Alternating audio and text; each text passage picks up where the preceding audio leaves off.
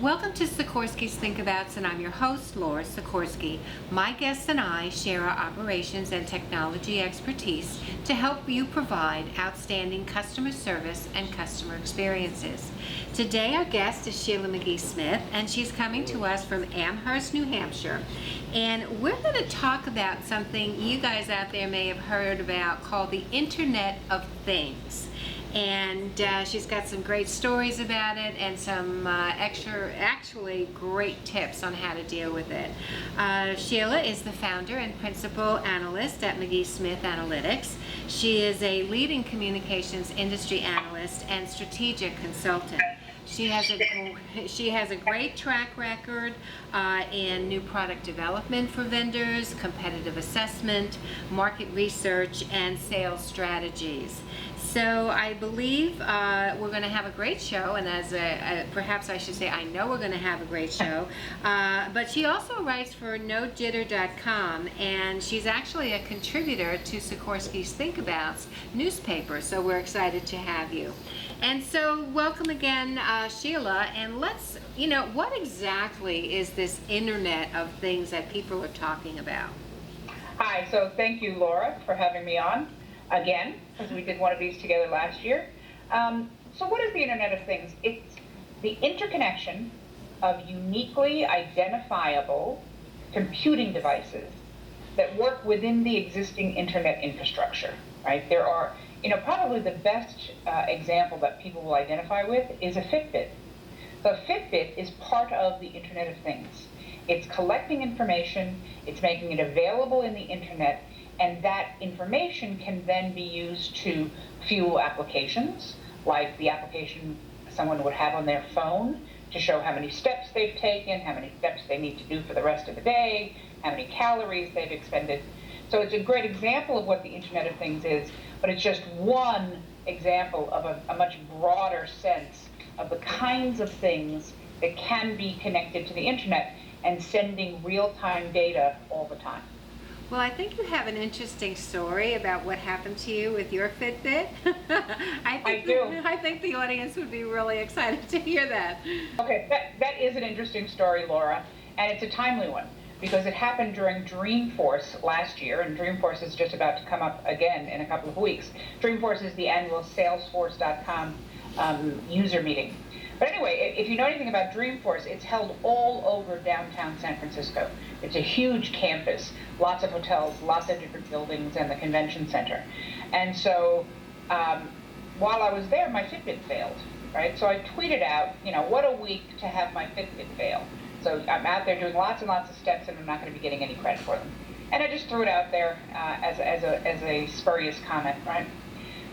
Don't I get an email back from Fitbit that says, we understand you're having an issue with your Fitbit, try this. And so they gave me a couple of things that I could try to get it working again, okay?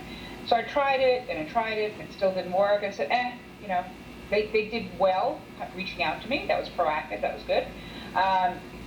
C'est la vie. A couple of hours later, I get another email from Fitbit. And Fitbit says, we see that you've tried to restart your Fitbit 3 times. There's obviously a hardware error. We have sent a new Fitbit to your hotel on the Marriott on 8th Street in San Francisco, and you should have it tomorrow.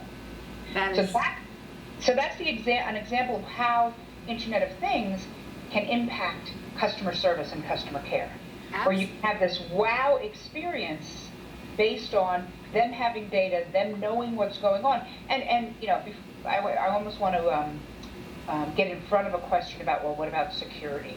I give them permission. I give them my email. Right. I tweet out my location. So they weren't using anything that was private data. Right. So that, out there, be careful. If you do give someone permission to contact you, they will find you no matter where they are. Do you think Internet of Things is going to be the future? I think some people think of the Internet of Things as being way out, something that I don't have to worry about now. It's in the future. I think the example I just gave shows how it's not that far out. Companies today are already doing a lot of projects around Internet of Things. So companies like oil companies who have rigs and they're trying to, have Internet of Things sensors to understand what's going on out there when there's no human beings out there. Using Internet of Things for Nest, right? For keeping track of your heat and remotely being able to turn on and turn off your heating systems. So it's a wave of the future, but it's not way out in the future. Right. So one of the things that I've talked about is that, when I talk to audiences of contact center managers and supervisors, I'll ask the question. I'll say, how many of you know of Internet of Things projects going on in your company? And I'll have maybe a third of the people raise their hands that that's already started. And my advice to the rest of the audience is to go back, because probably there are more projects going on than they are even aware of. Truly, very truly. Do you think there are specific industries? I mean, you talked a little bit about the heating industry. Any more that maybe some of those in our audience might say, oh, I never thought about that possible application for us? So the entire sort of healthcare market, I think, is a big market. We talk about Fitbits, that's just one kind of health sensor, things that measure body fat or heart rate and all those kinds of things that can very easily be sending data and make it easier for doctors to diagnose an issue before it becomes a big problem. So I think healthcare is a big one. Manufacturing, I talked a little bit about that with the oil. Manufacturing is another big one where there's huge operations. Think about how big places can be, right? Manufacturing plants, and being able to have sensors in various places sending back that data. Another one is hospitality and leisure. Keeping track of of your customers and what their needs are while they're your guest in a hotel, on a ship, those kinds of things. Finding, think about, you have some sort of an ID when you're in a hotel or, in your key, and some way of keeping track of you and making sure that you're getting what you need. Oh my goodness, I feel that that's almost way over personalization. I had John Goodman on a recent show, and he was like, is personalization too good or too much, when they know too much about you? So it was kind of scary. But interesting when you spoke about healthcare, because there are certain hospitals out there, telemedicine has become such a critical need and desire. And here in New York State, you're now able to bill for telemedicine, whereas before it wasn't. So all the hospitals in the tri-state, in New York State, are really trying to get into the telemedicine concept and videoing, either on-site video within the hospital, for example, a patient in the room to the doctor who's on another floor, and then doing video that way, but also maybe in some urgent care applications and kiosks. So it's really kind of exciting, almost that Internet of Things, and you said going into healthcare. I can give you another example from an urgent care perspective, okay. Right?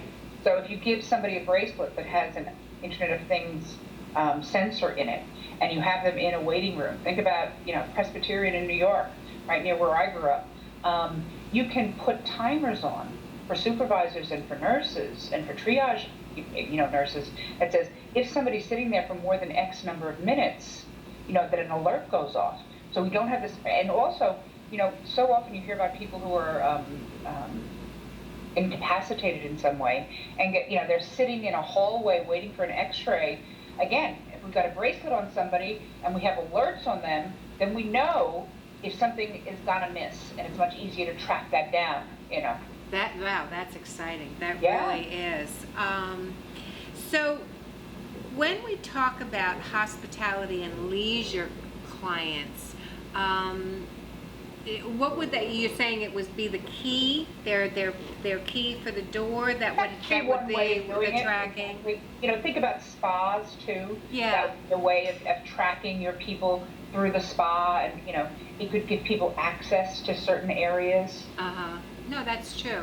Well, we are just about ready for commercial, and we will be back in a moment.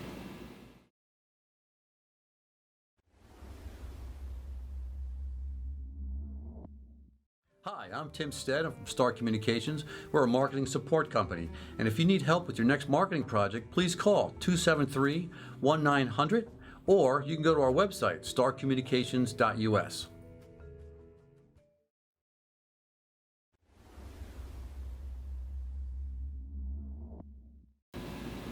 Welcome back to Sikorski's Think Abouts, and I'm your host, Laura Sikorski. Today we're talking with Sheila McGee-Smith on the Internet of Things via Skype, and she's coming to us today from Amherst, New Hampshire. And we were talking a little bit about examples of the different industries that are using Internet of Things. Let's talk about what's going to happen with the Internet of Things in the actual contact center. So the value of Internet of Things to a contact center is enabling the company involved to have more information, more data, and have to require the customer to provide less information. So think about, they talk about refrigerators with internet connections. So think of a refrigerator that, and one of the applications they talk about is the filter needs to be replaced, right? And so the Internet of Things device within the refrigerator notifies the manufacturer that the filter needs to be replaced. You have a contract with them and they send you out a new filter. That's all good, right? What if something goes wrong with your refrigerator though? And that same sensor that's in that refrigerator can do more than just figure out if the filter needs to be replaced. It can figure out where there may be an issue in the system. And so when you call into the agent, in addition to the contact center agent knowing who you are, they also have a sense of what's going on with your refrigerator, and probably a better sense than you being able to describe the problem to you. So that's just one example of what IoT's value is providing very detailed, real-time information that the agent can have about what the customer situation is. Well, I had a recent example with Verizon. The battery backup for my Fios went out, my triple play, and I went to, because I kept hearing the beep. So I picked up the phone, dialed the number, and they said, you are probably calling about the beeping and your battery, and we see you have XYZ battery, and it'll cost 40 whatever, and would you like us to order it? Yes or no? And it was all done through touch tone, and I found, and that is an example of the Internet of Things. Exactly. I wish though my refrigerator is not doing well, and I wish they would know what's wrong with it, but they're not coming up with the right answer.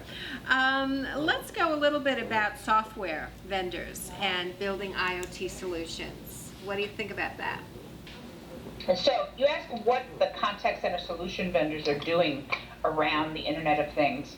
And probably the biggest thing that they're doing is providing open application programming interfaces that allow data from basically anything, any sort of stream of real-time data to be brought in and matched with customer data. So it's really sort of database work. But interestingly, it may be the CRM vendors who also make a big play into the Internet of Things. I was just last night, Salesforce made an announcement of a new solution they're calling Einstein. And it's artificial intelligence for CRM.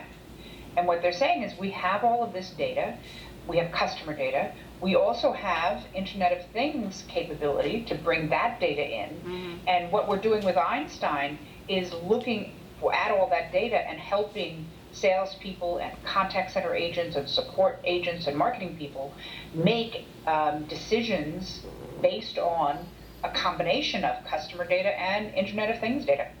Amazing, totally amazing. Every time I look at our technology today, I get mind blown. Every single day something new is popping up, like you just said with Salesforce. What do you think contact center managers should do today to prepare for the Internet of Things? So it's interesting. The first thing that I think of is to make sure you're not running on 20-year-old infrastructure. Right. It is amazing sometimes, and I know you see it as well. Sometimes you talk to companies and they say they have voice-only contact centers, and that email is being handled by another department, by, or social is being handled by marketing, and they don't have a unified view of all of the interactions that are coming in and aligning them with a particular customer. And so to prepare for Internet of Things, the first thing to do is really have that sort of omni-channel view of customer care. And then IoT, Internet of Things, becomes just like another kind of channel. It's a data channel about your customer, just like social is a channel that you should understand, and email is a channel, and web chat. Internet of Things becomes another channel of information the contact center is taking care of. And because of the importance of the omni-channel and the touch points and the customer journey, and I think it's time that the contact center manager really takes a look, and we've spoken about customer journey and the importance of it, to make sure that they are prepared for the future. So if we had, I'm going to just put you on the spot. Let's just do one think about that, one takeaway from today's show that they should do right away. One thing that every contact center manager should do is go back, or anybody who works in a company in the IT and customer care area, go to your IT department and ask if there are Internet of Things projects going on in your business. They'll be surprised you're maybe asking that question, but it's going to be an important question for the contact center when that data becomes available and can help you serve your customers better. So go to IT and somehow figure out, are there projects going on, and what is the direction IoT is taking in your business? Well, that's perfect. I really appreciate it. Thank you so much. Now, if you would like to reach Sheila on Twitter, it's at McGee-Smith. That's McGee, Smith, Smith. Her direct line is 603-672-2982, and her email address is sheila@mcgeesmith.com. And certainly to reach me, Laura Sikorski, it's Twitter at Laura Sikorski, and cell is 631-624-6650. And of course, a special thank you to our videographer, Sam Matthew. We appreciate her making us look great all the time. And again, Corinne Murphy-Caro, founder and CEO of the Daily Blue Chip Marketing. And if you need to reach her and her team, 631-761-9223. And with that, thank you so much for clicking in, and have a perfect rest of the day.